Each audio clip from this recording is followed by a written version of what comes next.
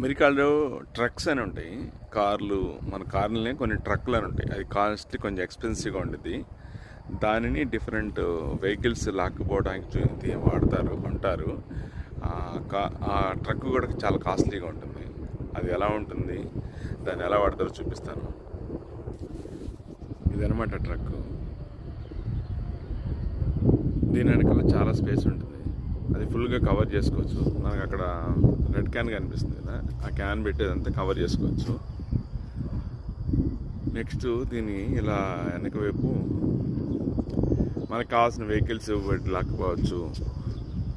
Okay, ఇలా ఇది జెస్కీ అంటారు కదా, సముద్రంలో ప్రయాణం చేయడానికి వాటికి వాడతారు, రైడ్స్కి.